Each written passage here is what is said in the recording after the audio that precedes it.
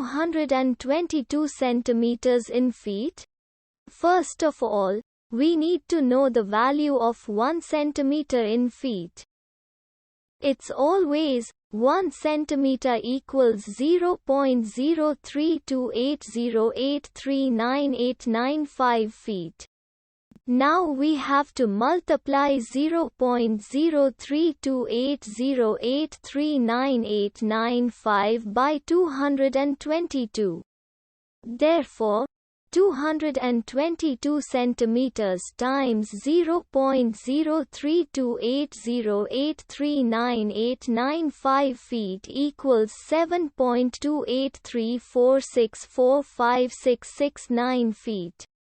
So, in other words, 222 centimeters equals 7.2834645669 feet. We hope you have enjoyed this video. Please like and subscribe to our channel for more videos like this.